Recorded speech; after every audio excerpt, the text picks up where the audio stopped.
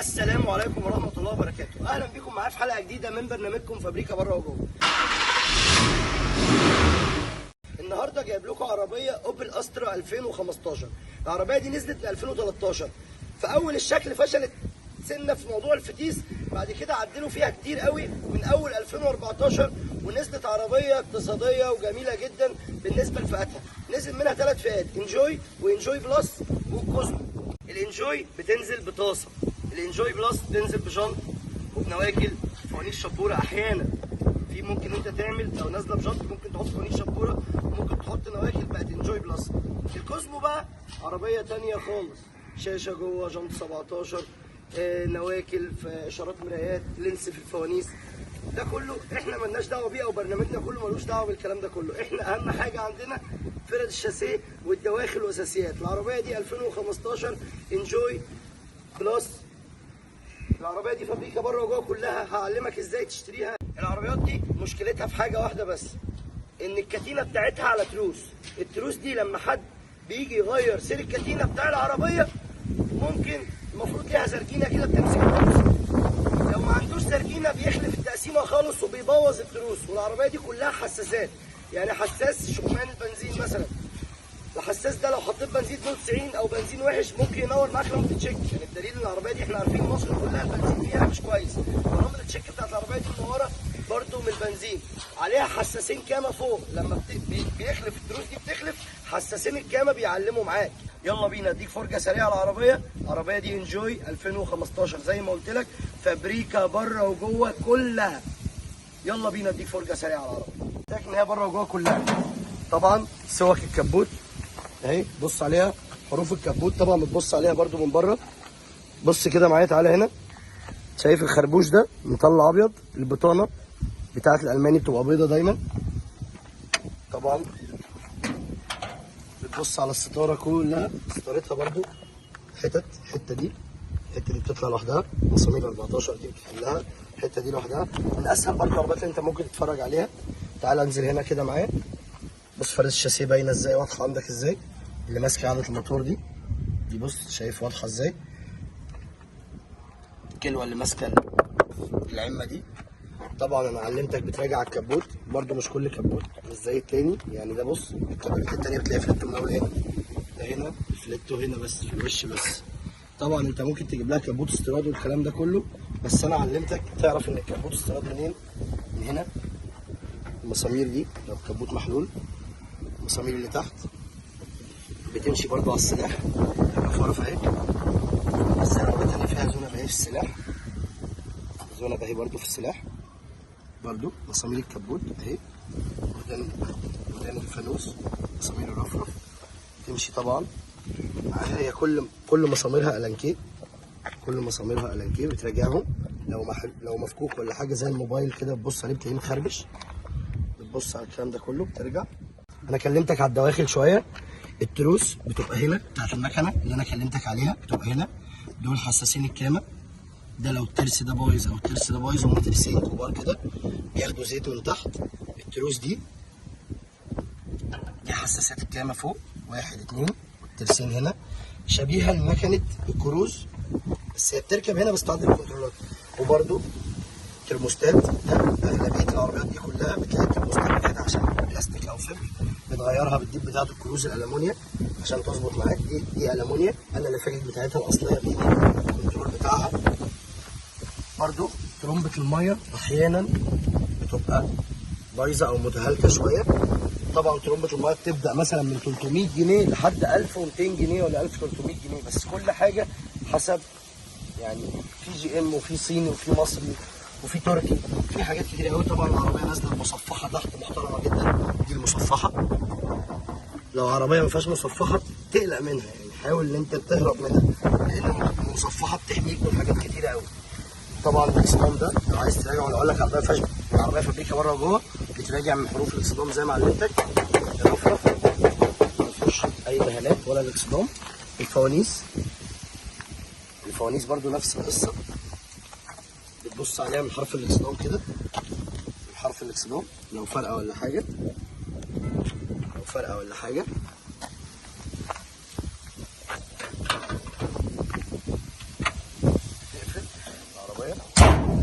تمام قفل.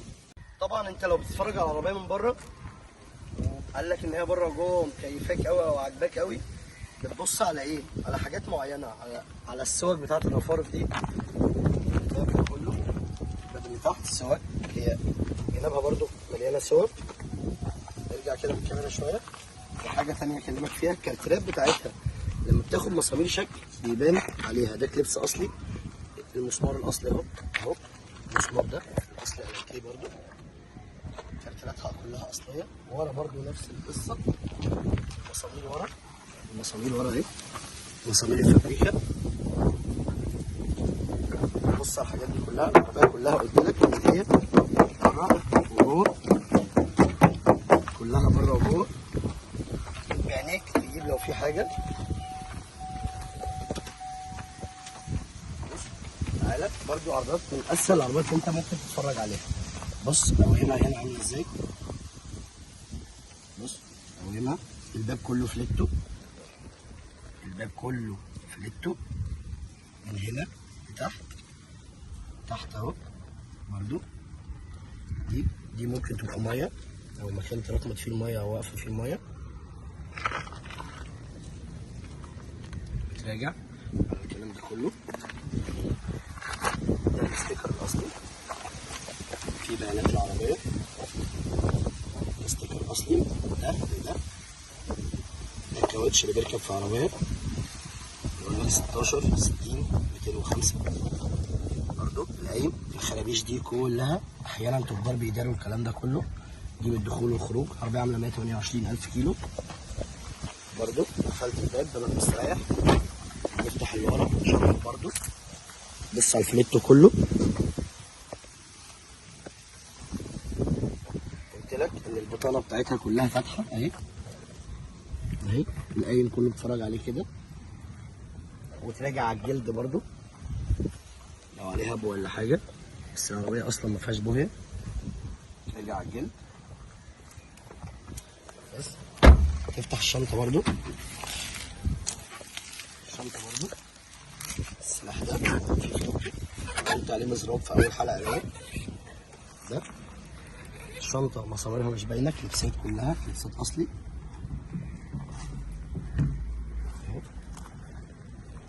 بصوا خدوا بالكم من حاجه هنا، في سيريال نمبر بتاع العربيه هتلاقيه في كذا حاجه في العربيه.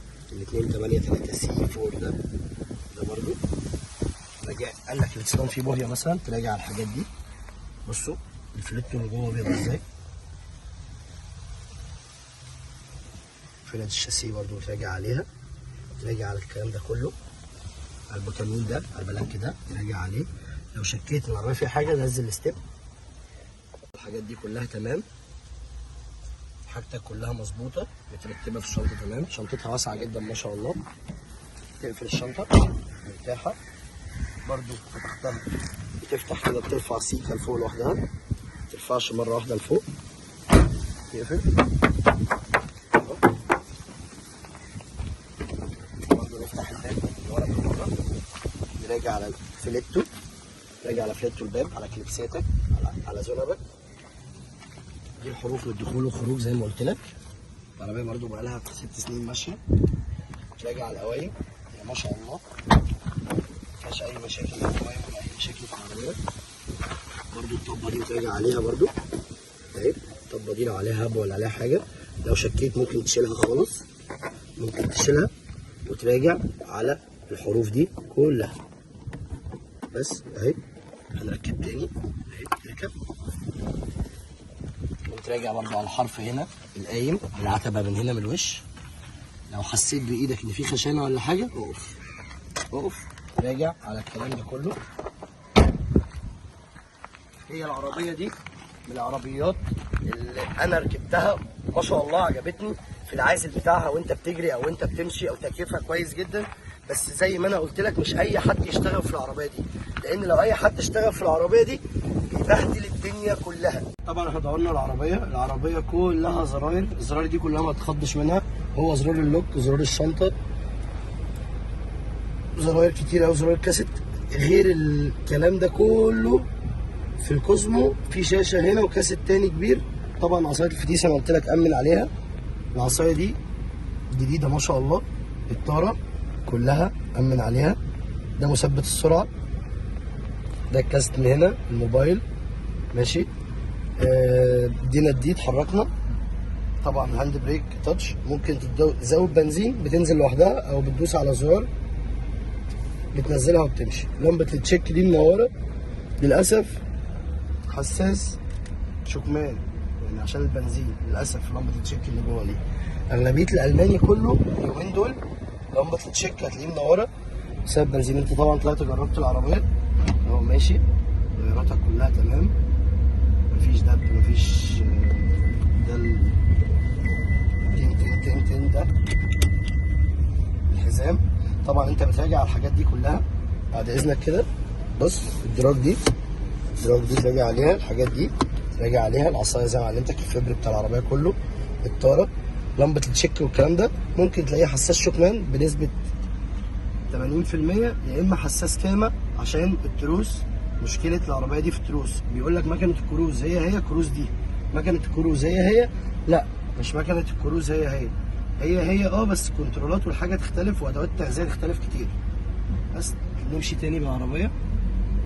حسيت في خربطه في العفشه ولا تكسير ولا هربده، خلي بالك ان مفيش حاجه في العفشه بتاعتها رخيصه، يعني العفشه بتاعتها حاجتها يعني الاصلي غالي شويه، في منها صيني وفي منها كوري وفي منها حاجات تانية، بس الاصلي اصلي برضه. فبصوا ماشيه العربيه ما شاء الله، الطاره بتاعتي مظبوطه، عربيتي مظبوطه في مشيها تمام. ريفيو سريع عن عربيه اوبل استرا 2015. لو عجبك الفيديو على الفيسبوك لايك وشير، لو عجبك الفيديو على اليوتيوب سبسكرايب وفعل زر الجرس وتابع كل جديد، وان شاء الله هقدر افيدك بكل مره بمعلومه على قبلها بمعلومه جديده. كان معكم يوسف جمال العمله، السلام عليكم ورحمه الله وبركاته.